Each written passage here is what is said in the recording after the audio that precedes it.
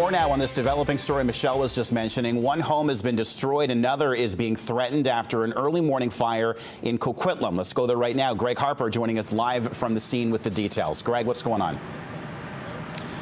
Well, good morning, Kyle. We're here in the 2300 block of Dawes Hill in Coquitlam. Intense smoke here. This has been a huge fire that Coquitlam firefighters have been dealing with. You can see smoke continues to rise from a home that started burning at around 4:15 this morning. It did spread to a neighboring home, but it looks as though firefighters got that under control. We're seeing some charring on a home next to a house that started burning about 4:15 this morning. We noticed before all this smoke became visible that part of the roof did collapse. We are hearing that no one was injured. 7 people lived inside that home. They were all able to get out safely. At least one person has been taken to hospital as a precaution. A hydro crew was just here cutting power to the area here. The Coquitlam Deputy Fire Chief is on scene here, and we've been informed we will be getting an update momentarily. Kyle? All right, Greg Harper live for us this morning at Coquitlam. Thanks for that, Greg. Meantime, a Langley home has been destroyed after a deliberately set overnight fire. Flames broke out at this 2-story house at around 10 o'clock last night on 208A Street near 71A Avenue. There are reports firefighters could see the blaze from several blocks away. The fire was so large it threatened the house next door until crews covered it with foam. A police officer at the scene confirmed the fire was deliberately set with someone pouring diesel fuel on the house and lighting it. That suspect in this case is known to police and has not been arrested. Luckily, there are no reports of any injuries.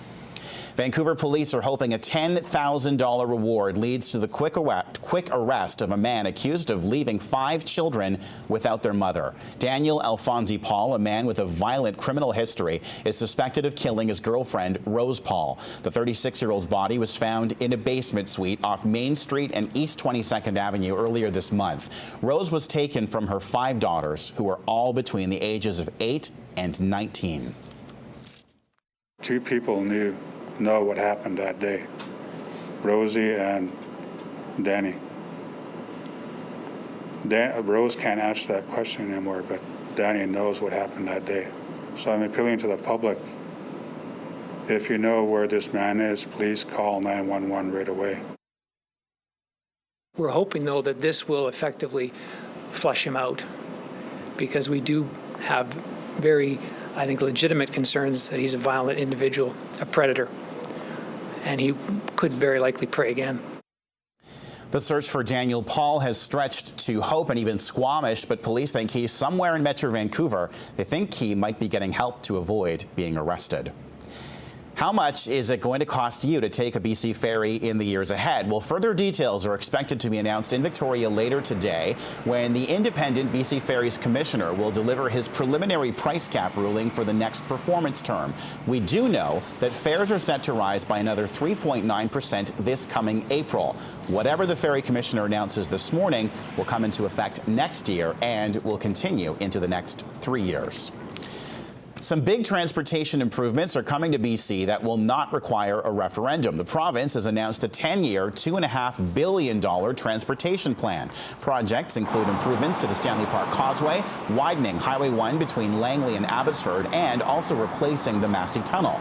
The plan, called BC on the Move, comes after a survey collected 13,000 responses from the public.